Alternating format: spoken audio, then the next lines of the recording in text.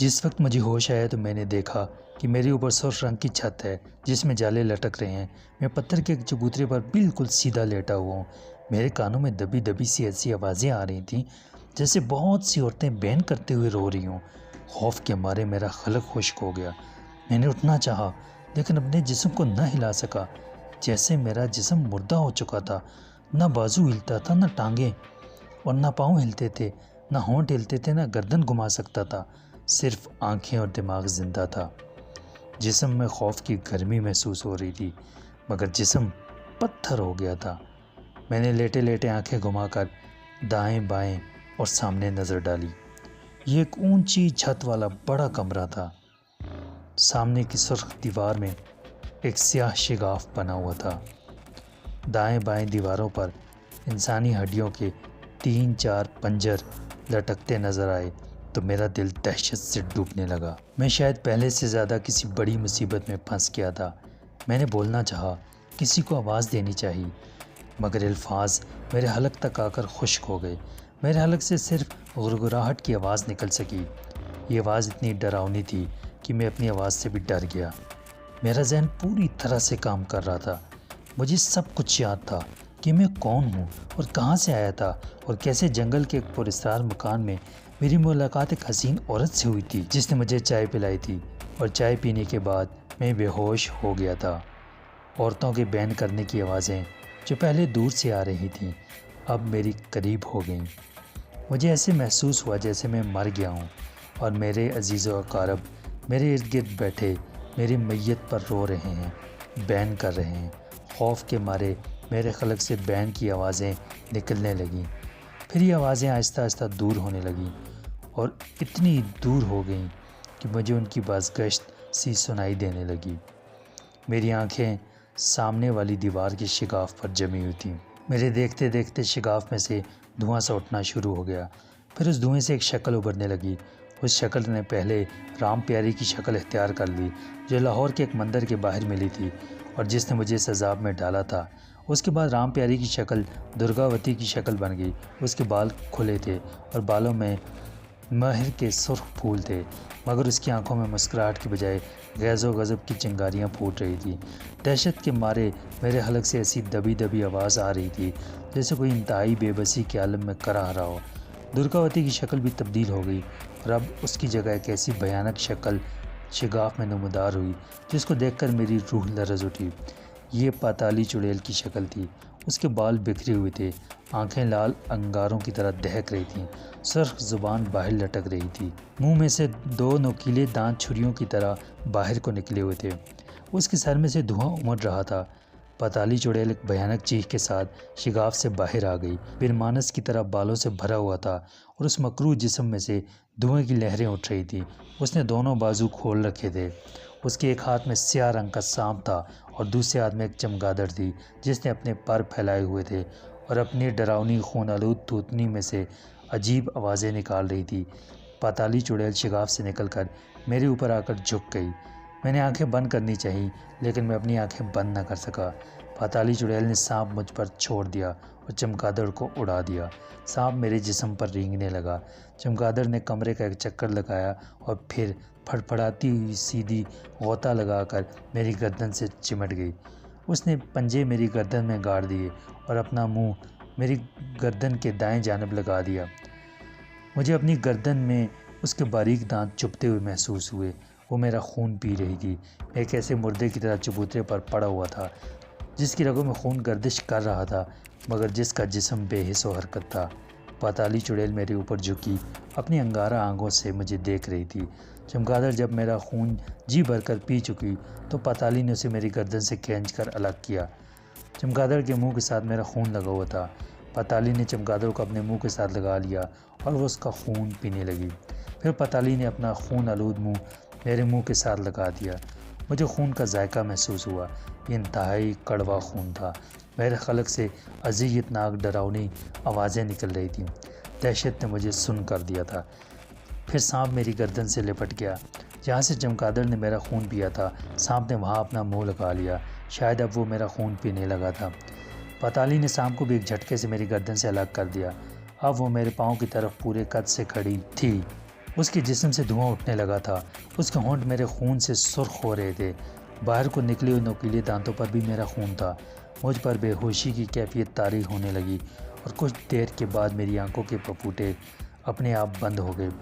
مجھے کچھ معلوم نہیں کہ میری یہ حالت کب تک رہی، صرف اتنا احساس ہوا کہ کچھ ہاتھوں نے اٹھا کر کسی دوسری چیز پر ڈال دیا ہے۔ پھر میرے ہوش و حواس نے جواب دے دیا۔ جب مجھے کچھ ہوش آیا تو میں نے آنکھیں کھول کر دیکھا کہ میں اسی لال خون رنگ دیواروں والی منحوس کوٹری کی بوسیدہ پلنگ پر پڑا ہوں۔ میں نے ہاتھ پاؤں ہلائے، میرے جسم کی حرکت واپس آ گئی تھی۔ میں جلدی سے اٹھ کر بیٹھ گیا، مجھے چکر سا آ گیا۔ میں نے آنکھیں بند کر لی اور دونوں ہاتھوں سے سر تھام لیا۔ تاک میں اسی طرح مٹی کے تیل کا لیمپ جل رہا تھا۔ ذرا میری طبیعت سنبھلی تو میں نے لیمپ کی پھیکی روشنی میں کوٹری کے دروازے کی طرف دیکھا۔ دروازہ بند تھا۔ میں پلنگ سے اٹھ کر دروازے تک گیا، اسے باہر کو دھکیلا، دروازہ کھل گیا۔ باہر راہداری میں اندھیرا ہی اندھیرا تھا۔ میں اس عذاب زدہ مکان سے بھاگ جانا چاہتا تھا۔ میں نے لیمپ کے پاس آ کر اپنے جسم کا جائزہ لیا، گردن پر ہاتھ پھیرا۔ گردن پر چمگادڑ کے دانتوں کا کوئی نشان یا زخم وغیرہ نہیں تھا۔ میرے کپڑے بھی وہی تھے جو میں نے پہن رکھے تھے۔ میں سوچنے لگا، کیا میں نے کوئی خواب دیکھا تھا؟ ڈراؤنا خواب؟ جو کچھ بھی تھا، مجھے اب اس عصبی گھر سے خوف آنے لگا تھا۔ میں راہداری میں سے گزرتا ہوا مکان کے دروازے تک آ گیا۔ دروازہ بند تھا۔ میں نے ٹٹول کر دیکھا، دروازے کی نہ کنڈی لگی ہوئی تھی نہ تالا لگا ہوا تھا۔ میں نے جلدی سے دروازہ کھول کر باہر دیکھا۔ رات کا وقت تھا، جنگل اندھیرے اور خاموشی میں ڈوبا ہوا تھا۔ بارش تھم چکی تھی۔ کچھ سمجھ میں نہیں آ رہا تھا کہ یہ وہی رات ہے جب میں بارش سے بچنے کے لیے اس مکان میں آیا تھا یا دوسرے دن کی رات ہے۔ بوڑھی نوکرانی کا بھی کچھ پتہ نہیں تھا۔ میں جلدی سے مکان سے نکلا اور اندھیرے میں درختوں کے نیچے اس طرف دوڑ پڑا جس طرف سے میں رات کو اس مکان کی طرف آیا تھا۔ میں نے تھوڑی دور جا کر مڑ کر عصب زدہ مکان کی طرف دیکھا۔ اس کی دوسری منزل کے روشندان میں جو روشنی پہلے نظر آ رہی تھی اب بجھ چکی تھی۔ میں اندھیرے میں جتنی تیز چل سکتا تھا چلنے لگا۔ کبھی خیال آتا کہ یہ سب کچھ میرا وہم تھا کہ میں مکان میں داخل ہوا اور مجھے ایک بوڑھی نوکرانی کوٹری میں لے گئی اور پھر ایک عورت درگاوتی سے ملاقات ہوئی جس نے مجھے چائے میں کچھ پلا کر بے ہوش کیا، اور اس کے بعد وہ ڈراؤنا ڈرامہ رچایا گیا جس کے تصور ہی سے میرے جسم کے رونگٹے کھڑے ہو جاتے تھے۔ کبھی خیال آتا کہ نہیں، یہ سب کچھ میرے ساتھ حقیقت میں ہو چکا ہے، لیکن میری گردن پر خون چوسنے والی مکروہ چمگادڑ کے دانتوں کا ایک بھی نشان نہیں تھا۔ جنگل میں وہی کھلی جگہ آ گئی جہاں درخت نصف دائرے کی شکل میں کھڑے تھے۔ یہاں سے ایک دھندلا سا راستہ بائیں جانب جھاڑیوں میں جاتا نظر آیا۔ میں اس پر چل پڑا۔ کچھ دور چلنے کے بعد ایک تالاب سا آ گیا۔ میں تالاب کے قریب سے ہو کر گزر گیا۔ یہاں جنگل کا گھنا پن ختم ہو رہا تھا، درخت دور دور چلے گئے تھے۔ میں نے آسمان کی طرف نگاہ اٹھائی۔ آسمان پر تارے چمک رہے تھے۔ ان تاروں کی دھندلی روشنی میں ایک جانب چلتا گیا۔ جنگل کی تازہ فضا میں سانس لینے سے میری طبیعت پہلے سے بہتر ہو گئی تھی اور میں صحت مندانہ انداز میں سوچنے لگا تھا۔ چلتے چلتے میں ایسی جگہ پہنچ گیا جہاں سامنے کچھ ٹیلے اور چٹانیں دکھائی دے رہی تھیں۔ مجھے یاد آ گیا کہ میں کامنی نرتکی کے کھنڈر کے قریب پہنچ گیا ہوں۔ اس نے یہی نشانی بتائی تھی اور میں یہاں ایک مرتبہ آ بھی چکا تھا۔ میں چٹانوں میں سے گزرتا ہوا پہاڑی ٹیلے کی طرف بڑھا۔ آخر مجھے ستاروں کی پھیکی روشنی میں ایک عمارت نظر آئی۔ مجھے یاد آ گیا کہ یہی وہ کھنڈر ہے جہاں کامنی نرتکی رہتی ہے اور جسے لوگ مرن گھاٹ کے نام سے پکارتے ہیں، اور جس کے بارے میں مشہور تھا کہ اس طرف جو کوئی جاتا ہے پھر زندہ واپس نہیں آتا۔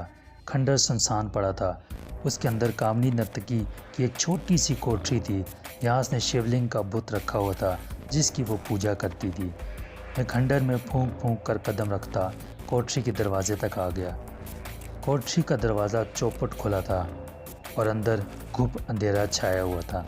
میں نے آہستہ سے کامنی کو آواز دی، کامنی، کامنی۔ 2-3 بار آواز دینے پر کوٹری میں پہلے گہرا سانس لینے اور پھر کسی کے لباس کی سرسراہٹ سنائی دی۔ میں نے کہا، کامنی، کیا یہ تم ہو؟ اچانک طاق میں رکھا ہوا دیا روشن ہو گیا۔ میں نے دیکھا کہ کامنی طاق کے پاس کھڑی تھی۔ گیروے رنگ کی ریشمی چادر نے اس کے بدن کو ڈھانپ رکھا تھا۔ دیے کی روشنی میں اس کا چہرہ پتھر کی طرح ساکت محسوس ہو رہا تھا۔ میں اپنی جگہ پر ہی کھڑا رہا۔ وہ میری طرف دیکھ رہی تھی، میں اس کی طرف دیکھ رہا تھا۔ پھر اس نے دھیمی آواز میں کہا، آخر تمہارے ساتھ وہی ہوا جس کا مجھے ڈر تھا۔ میں نے کوئی جواب نہ دیا۔ اس کا منہ تکتا رہا۔ اس خیال سے میرا دل جیسے ڈوبنے لگا کہ جو کچھ میرے ساتھ گزر چکا ہے اور جسے میں ایک ڈراؤنا خواب سمجھ رہا تھا کہیں حقیقت نہ ہو۔ کامنی طاق سے ہٹ گئی۔ کوٹری کے درمیان شیولنگ کا لمبوترا پتھر کی مورت کی طرح زمین سے باہر نکلا ہوا تھا۔ اس کے اوپر پھولوں کا ہار پڑا تھا۔ کامنی شیولنگ کے پتھر کے سامنے بیٹھ گئی۔ اس نے کہا، میرے سامنے بیٹھ جاؤ۔ میں خاموشی سے اس کے سامنے بیٹھ گیا۔ میں اسے بتانا چاہتا تھا کہ میرے ساتھ کیسے کیسے دہشت ناک واقعات گزر چکے ہیں۔ میں نے زبان کھولی ہی تھی کہ کامنی نے ہاتھ اٹھا کر کہا، تمہارے ساتھ جو کچھ ہو چکا ہے مجھے سب کی خبر ہے، مجھے بتانے کی کوئی ضرورت نہیں ہے۔ اس کا مطلب ہے کہ اس نے مجھے جملہ مکمل نہ کرنے دیا۔ کہنے لگی، شاید تمہیں معلوم نہیں کہ تم ایک ایسی آفت میں پھنس چکے ہو کہ جہاں سے میں بھی تمہیں نہیں نکال سکتی۔ بس اس سے زیادہ میں کچھ بیان نہیں کر سکتی، اس لیے نہیں کہ تمہیں بتا نہیں سکتی، بلکہ اس لیے کہ خود مجھے اس کو بیان کرنے کی اجازت نہیں ہے۔ اگر میں نے تمہیں ذرا سا بھی بتا دیا تو میں گندھرو دیوتاؤں کی آگ میں جل کر راکھ ہو جاؤں گی۔ میں پہلے ہی ڈرا ہوا تھا۔ کامنی کی باتیں سن کر اور زیادہ خوفزدہ ہو گیا۔ میں نے کہا، آخر میرا قصور کیا ہے؟ میں نے تو تمہارے کسی دیوی دیوتا کا کچھ نہیں بگاڑا، پھر مجھ پر یہ آفت کس لیے نازل ہوئی ہے؟ کامنی نے کہا، یہ میں کچھ نہیں جانتی، تمہاری قسمت میں جو لکھا تھا وہ پورا ہو گیا ہے۔ مجھے غصہ آ گیا۔ میں نے کہا، تو پھر میری بھی ایک بات سن رکھو، میں مسلمان ہوں، ایک اللہ کے سوا کسی کو معبود نہیں مانتا۔ میں تمہارے بتوں کو جھوٹا سمجھتا ہوں، میرا ایمان تم سے زیادہ پختہ ہے، مجھے اپنے اللہ پر یقین کامل ہے۔ تمہارے دیوی دیوتا تمہاری چڑیلیں چاہے کچھ کر لیں، وہ میرا کچھ نہیں بگاڑ سکیں گے۔ کامنی خاموشی اور تحمل سے میری باتیں سنتی رہی۔ جب میں چپ ہو گیا تو وہ بولی، مجھے خوشی ہوئی ہے کہ تم اپنے ایمان پر قائم ہو۔ شاید یہ تمہارا پختہ ایمان ہی کا کرشمہ ہے کہ تم ابھی تک زندہ ہو، لیکن ہونی ہو کر رہتی ہے۔ سنسار میں ہونی کا چکر بھی ہوتا رہتا ہے۔ ہونی تم پر وار کرے گی، وہ تم پر وار کرنے سے باز نہیں آئے گی۔ تمہارا ایمان جب تک تمہارے ساتھ رہے گا وہ تمہاری حفاظت کرے گا۔ میں نے کہا، میں تمہاری ہونی وغیرہ کو کچھ نہیں سمجھتا، میں تمہارے پاس اس لیے آ گیا ہوں کہ میں تمہیں اپنی داستان سنانا چاہتا تھا۔ اب میں جا رہا ہوں، میرے ساتھ جو کچھ ہوگا میں دیکھ لوں گا۔ کامنی نے آنکھیں بند کر لی۔ میں بھی خاموش ہو گیا۔ دیے کی لو ساکت تھی۔ اس کی روشنی میں کامنی کا چہرہ کسی مورتی کی طرح لگ رہا تھا۔ پھر اس نے آنکھیں کھول دیں، میری طرف نگاہیں اٹھا کر دیکھا اور پرسکون انداز میں بولی، تم پر جو آفت نازل ہو چکی ہے میں اسے دور نہیں کر سکتی، یہ میرے اختیار سے باہر ہے، لیکن اتنا ضرور کر سکتی ہوں کہ جب تمہاری ہمت جواب دے جائے اور زندہ رشتہ توڑ دینے والی طاقتیں تم پر حملہ کریں تو تمہاری مدد کو آ جاؤں۔ میں نے تلخ لہجے میں کہا، مجھے تمہاری مدد کی ضرورت نہیں ہے، مجھے سوائے خدا کے اور کسی کی مدد نہیں چاہیے۔ کامنی نے آہستہ سے کہا، یہ بھی خدا ہی کی مرضی ہے کہ میں تمہاری مدد کروں، میں بھی تمہارے اور خدا ہی کے حکم سے تمہاری مدد کروں گی، مگر تم تو بت پرست ہو، ایک خدا پر تمہارا ایمان نہیں ہے، پھر تم یہ بات کیسے کہہ رہی ہو؟ کامنی نے نفی میں سر ہلاتے ہوئے کہا، تم نہیں سمجھ سکو گے ان باتوں کو۔ اگر تمہیں میرا کچھ خیال ہے، اگر تمہیں اپنا کچھ خیال ہے تو آئندہ اپنے ایمان کو کمزور نہ ہونے دینا، آئندہ کبھی اپنے خدا کے ساتھ کسی دوسری طاقت کا سہارا تلاش نہ کرنا، کسی دوسری طاقت کو خدا کے ساتھ شریک نہ کرنا۔ تم سے ایک ایسا ہی گناہ سرزد ہو چکا ہے، شاید تم ہی اسی کی سزا بھگت رہے ہو۔ ساری مصیبت تمہاری اپنی بلائی ہوئی ہے، کسی دوسرے نے تمہیں اس میں مبتلا نہیں کیا۔ یاد رکھو، انسان ہمیشہ اپنی لائی ہوئی مصیبتوں میں مبتلا ہوتا ہے۔ اس سے زیادہ میں کچھ نہیں کہنا چاہتی۔ کامنی کی ایک انگلی میں چاندی کی ایک انگوٹھی ہمیشہ پڑی رہتی تھی۔ اس وقت بھی اس نے انگلی میں چاندی کی انگوٹھی پہنی ہوئی تھی۔ اس نے انگلی میں سے چاندی کی انگوٹھی اتار کر مجھے دی اور کہا، اصل مدد خدا ہی کی طرف سے آتی ہے، اصل کارساز وہی ہے۔ ہاں، دنیا میں وہ ایک وسیلہ ضرور پیدا کرتا ہے۔ یہ انگوٹھی اپنے طور پر کچھ بھی نہیں ہے، اسے بھی اپنے خدا اور میرے بھگوان کی طرف سے ایک وسیلہ ہی سمجھو، اسے اپنے پاس رکھو۔ جب کبھی زندگی میں تمہیں میری ضرورت محسوس ہو، اس کو اپنے جسم پر 3 بار رگڑنا۔ میں جہاں بھی ہوئی، جس حالت میں بھی ہوئی، تمہارے پاس تمہاری مدد کو پہنچ جاؤں گی۔ میں نے انگوٹھی لے لی۔ اس نے کہا، اس طرح اس کے گم ہو جانے کا خطرہ ہے، اسے اپنی انگلی میں پہن لو۔ اس کی انگوٹھی میری سب سے چھوٹی انگلی میں صحیح آ گئی۔ کامنی اٹھ کھڑی ہوئی، کہنے لگی، میرے ساتھ آؤ، میں تمہیں دریا پار ایک ریلوے اسٹیشن پر چھوڑ آتی ہوں۔ میں چاہتی ہوں کہ تم اس علاقے میں زیادہ دیر نہ ٹھہرو۔ وہ مجھے ساتھ لے کر کھنڈر سے باہر آ گئی۔ رات ڈھلنا شروع ہو گئی تھی۔ کھنڈر کے چاروں طرف گھنا جنگل تھا جو پچھلی رات کے اندھیرے میں پہلے سے زیادہ ڈراؤنا لگ رہا تھا۔ میں نے اس سے کہا، یہاں ہمیں کس طرف جانا ہوگا؟ دریا کا گھاٹ تو یہاں سے مشرق کی طرف کافی فاصلے پر ہے اور اس وقت جنگل میں راستہ بھی نہیں ملے گا۔ کامنی نرتکی نے کہا، تمہیں اس کی فکر کرنے کی کیا ضرورت ہے؟ میں جو تمہارے ساتھ ہوں، اس طرف میرے ساتھ ساتھ چلے آؤ۔ کھنڈر کے پیچھے دوسری جانب ٹیلے کے پہلو میں ایک گھاٹی سی تھی جہاں بڑا گہرا اندھیرا تھا۔ کامنی مجھے لے کر اس طرف چل پڑی۔ گھاٹی میں تھوڑا سا نشیب تھا۔ ہم نشیب میں اتر گئے۔ آگے چڑھائی تھی۔ چڑھائی چڑھ کر ہم دوسرے ٹیلے کے دامن میں آ گئے۔ یہاں ایک کافی بڑی جھیل تھی جس کی سطح پر ستاروں کی روشنی میں کھلے ہوئے کنول پھول دور تک نظر آ رہے تھے۔ کامنی نے کہا، میرا ہاتھ پکڑ لو۔ میں نے اس کا ہاتھ پکڑ لیا۔ کامنی نے اونچی آواز میں کوئی طلسمی منتر پڑھا جو میری سمجھ میں نہ آیا۔ اس کے ساتھ ہی اس نے میرے ہاتھ کو آہستہ سے کھینچا اور ہم دونوں جھیل کی سطح پر آ گئے۔ میں ڈر کر کبھی ایک پاؤں اوپر کرتا، کبھی دوسرا اوپر اٹھا لیتا، اس خیال سے کہ میں پانی میں ڈوب نہ جاؤں، مگر مجھے ایسے لگ رہا تھا جیسے میں ہوا میں کھڑا ہوں۔ پھر کامنی آہستہ آہستہ جھیل کے اوپر ہوا میں آگے بڑھنے لگی۔ میں بھی اس کے ساتھ ہوا میں اپنے آپ آگے کو جانے لگا۔ جیسے جیسے ہم جھیل کی سطح پر آگے بڑھ رہے تھے، کامنی کی رفتار تیز ہوتی جا رہی تھی۔ جھیل کی سطح سے اوپر بھی اٹھتی جا رہی تھی، یہاں تک کہ ہم جھیل کے اوپر اڑنے لگے۔ جھیل کے دوسرے کنارے پر آ گئے۔ یہاں ہر طرف درخت ہی درخت تھے۔ کامنی میرے ہاتھ کو پکڑ کر ہلکے سے جھٹکے کے ساتھ ایک دم زمین سے کوئی 20 فٹ بلند ہو گئی۔ جب جنگل کے درخت قریب آئے تو وہ ذرا سا اچھلی اور ہم زمین سے اور زیادہ اوپر آ گئے۔ تھوڑی دیر بعد ہم درختوں سے بھی اوپر ہوا میں پرواز کرتے جا رہے تھے۔ اس طرح پرواز کرنا مجھے بڑا اچھا لگ رہا تھا۔ یہ ایک ایسا تجربہ تھا جس کا مزہ ہر کوئی نہیں اٹھا سکتا۔ ہوا میرے اور کامنی نرتکی کے بالوں کو اڑا رہی تھی۔ یہ بڑی زبردست اور ٹھنڈی ہوا تھی۔ اس علاقے میں سردیوں کا موسم نہیں آتا تھا۔ میں نے نیچے دیکھا۔ ہمارے نیچے ڈھلتی رات کے اندھیرے میں ڈوبے ہوئے درختوں کے جھنڈ سیاہ بادلوں کی طرح لگ رہے تھے۔ سامنے دور تک سوائے تاریکی کے کچھ اور نظر نہیں آتا تھا۔ میں نے کامنی سے پوچھا، ہم کس شہر کی طرف جا رہے ہیں؟ کامنی نے ذرا اونچی آواز میں جواب دیا، جب شہر قریب آئے گا تو بتا دوں گی۔ کامنی نے اپنی رفتار تیز کر دی۔ اس نے میرا ہاتھ پکڑ رکھا تھا۔ اس کے ساتھ ہی میرے اڑنے کی رفتار بھی اپنے آپ تیز ہو گئی۔ کامنی اپنے ارادے سے رفتار کو کم اور تیز کرتی تھی۔ یہ اس نے مجھے بعد میں بتایا تھا۔ وہ رفتار تیز کرنا چاہتی تو ارادہ کرتی اور اس کی رفتار تیز ہو جاتی تھی۔ یہ کوئی کرشمہ یا معجزہ نہیں تھا، یہ محض جادو اور طلسم تھا۔ کافی دیر تک ہم اسی رفتار سے ہوا میں اڑتے رہے۔ اس کے بعد دور سے کسی شہر کی روشنیاں نظر آنے لگیں۔ کامنی نے ان روشنیوں کی طرف اشارہ کر کے کہا، یہ برہان پور شہر کی روشنیاں ہیں۔ برہان پور سے بمبئی شہر زیادہ دور نہیں ہے۔ یہاں سے بمبئی چلے جانا۔ بمبئی میں ایک بزرگ کا مزار ہے، میں تمہیں کچھ پھول دوں گی۔ میری طرف سے اس بزرگ کے مزار پر فاتحہ پڑھنا، جس طرح تم مسلمان لوگ پڑھا کرتے ہو، اور میری طرف سے پھول چڑھا دینا۔ تھوڑی دیر میں کامنی اور میں برہان پور ریلوے اسٹیشن سے کچھ فاصلے پر ایک ویران سی جگہ پر زمین پر اتر آئے۔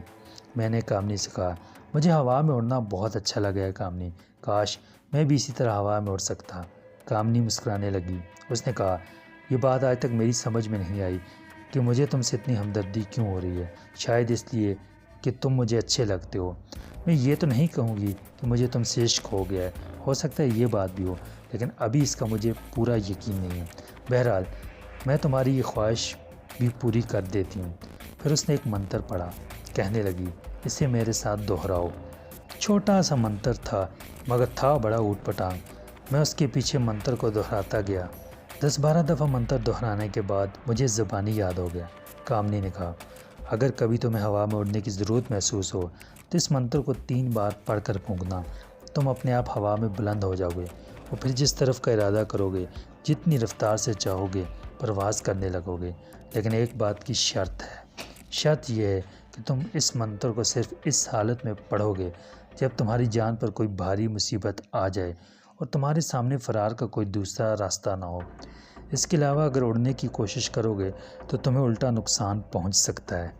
میں نے منتر کو دل میں دہرا کر پکا کر لیا تھا۔ میں نے کہا، تم جیسے کہتی ہو میں ویسے ہی کروں گا، اور بلا ضرورت منتر پڑھ کر نہیں پھونکوں گا۔ کامنی نے سیدھا ہاتھ ایک طرف پھیلا دیا۔ دوسرے لمحے اس کے ہاتھ میں گلدستہ تھا۔ گلدستہ مجھے دے کر بولی، بزرگ کے مزار پر میری طرف سے سلام عرض کرنا، فاتحہ پڑھنا اور میری طرف سے یہ حقیر نذرانہ ان کے مزار کے پاس رکھ دینا۔ اب تم جاؤ، اسٹیشن سامنے ہی ہے۔ مجھے یاد آ گیا کہ میرے پاس تو ٹکٹ کے لیے ایک پیسہ بھی نہیں ہے۔ جب میں نے کامنی سے اس کا ذکر کیا تو وہ بولی، فکر نہ کرو، اس کا انتظام بھی کر دیا گیا ہے، جاؤ، اللہ حافظ، بھگوان کے سپرد۔ اور کامنی ہوا میں اوپر کو بلند ہوئی اور دیکھتی دیکھتے میری نظروں سے غائب ہو گئی۔ میں گلدستہ ہاتھ میں لے کر ریلوے اسٹیشن کی طرف بڑھا۔ ریلوے اسٹیشن پر کافی روشنیاں تھیں۔ ایک ریلوے انجن کے شنٹ کرنے کی چھک چھک کی آواز بھی کسی وقت آ جاتی تھی۔ اس زمانے میں ابھی تک کوئلے سے چلنے والے انجن چلا کرتے تھے، ابھی ڈیزل کے انجنوں کا کسی نے نام بھی نہیں سنا تھا۔ میں اسٹیشن کے گیٹ پر آ کر رک گیا۔ سب سے پہلے مجھے یہ دیکھنا تھا کہ میں دوسروں کو نظر آ رہا ہوں یا ابھی تک غیبی حالت میں ہی ہوں۔ اگرچہ مجھے درگاوتی کے اسیبی مکان پر خود درگاوتی اور اس کی بوڑھی نوکرانی نے دیکھ لیا تھا، اور کامنی کو بھی میں نظر آ گیا تھا، اور اس نے مجھے یہ نہیں کہا تھا کہ میں غیبی حالت میں ہوں اور صرف وہی مجھے دیکھ سکتی ہے، پھر بھی میں اس کی تصدیق کرنا چاہتا تھا۔ یہ کوئی مشکل کام نہیں تھا۔ اسٹیشن کی عمارت کی سیڑھیوں کے پاس ہی چائے کی ایک دکان کھلی تھی، جہاں کچھ لوگ بیٹھے چائے پی رہے تھے۔ آسمان پر دن کا اجالا نمودار ہونے لگا تھا۔ میں نے ایک آدمی سے پوچھا، کیوں بھائی صاحب، بمبئی کو ٹرین کس وقت جاتی ہے؟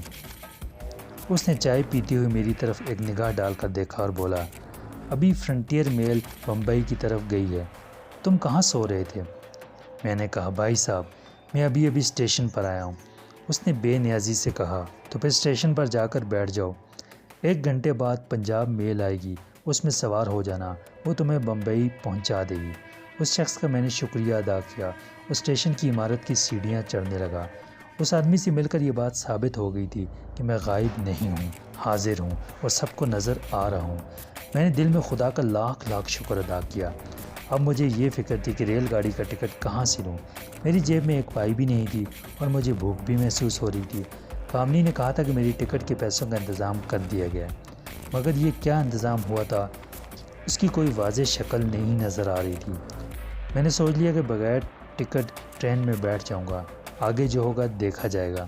ٹی ٹی نے پکڑ لیا تو اس کی منت سماجت کر کے کہہ دوں گا کہ میری جیب کٹ گئی تھی، سارے پیسے جیب کترا لے گیا، میرا بمبئی پہنچنا بڑا ضروری ہے، آپ کی مہربانی ہوگی، وغیرہ وغیرہ۔ یہ سوچ کر میں پلیٹ فارم کے پاس ایک بینچ پر بیٹھ گیا۔ مسافر اپنے اپنے سامان کے ساتھ ٹانگوں وغیرہ سے اتر رہے تھے۔ صبح ہو گئی تھی، اسٹیشن پر کافی رونق تھی۔ ایک دبلا پتلا لڑکا میرے پاس آ کر رک گیا۔ اس کے فلمی ہیرو کی طرح لمبے لمبے بال تھے۔ وہ سگریٹ پی رہا تھا۔ میں نے اس سے پوچھا، پنجاب میل کس وقت پہنچتی ہے بھائی صاحب؟ اس نے سگریٹ کا کش لگاتے ہوئے کہا، گھنٹے پون گھنٹے میں آ جائے گی۔ یہ بمبئی کس وقت پہنچے گی؟ میں نے پوچھا۔ وہ بولا، شام کے وقت پہنچتی ہے بمبئی۔ اتنا کہہ کر وہ اٹھا اور ایک طرف کو چل پڑا۔ چند قدم چلنے کے بعد اس نے کھڑے ہو کر پتلون کی جیب میں ہاتھ ڈالا، جیب میں سے ایک لفافہ نکالا اور پلٹ کر میری طرف آیا۔ ایک لفافہ میری طرف بڑھا کر کہنے لگا، بھائی صاحب، آپ کی ایک امانت میرے پاس ہے، یہ لے لیجئے۔ اس نے لفافہ میرے ہاتھ میں تھمایا اور سگریٹ کے کش لگاتا اسٹیشن کی ڈیوڑی کے گیٹ سے باہر نکل گیا۔ میں کچھ سمجھ نہ سکا کہ یہ کون لڑکا تھا اور میری کون سی امانت اس کے پاس تھی۔ میں نے لفافہ کھولا تو اس میں 100 روپے کے 2 نوٹ تہہ کیے ہوئے پڑے تھے۔ اچانک مجھے کامنی نرتکی کا خیال آیا گیا۔ اس نے کہا تھا کہ پیسوں کی فکر نہ کر، اس کا کوئی انتظام ہو جائے گا۔ میں نے گیٹ کی طرف نگاہ ڈالی، لیکن اب وہ لڑکا مجھے کہیں دکھائی نہ دیا۔ مجھے ایک سکون سا محسوس ہوا کہ بغیر ٹکٹ سفر کرنے سے بچ گیا۔ ویسے بھی آگے پردیس کا معاملہ تھا اور پھر مجھے بمبئی سے واپس اپنے شہر لاہور بھی جانا تھا۔ اس سفر کے لیے بھی مجھے پیسوں کی ضرورت تھی۔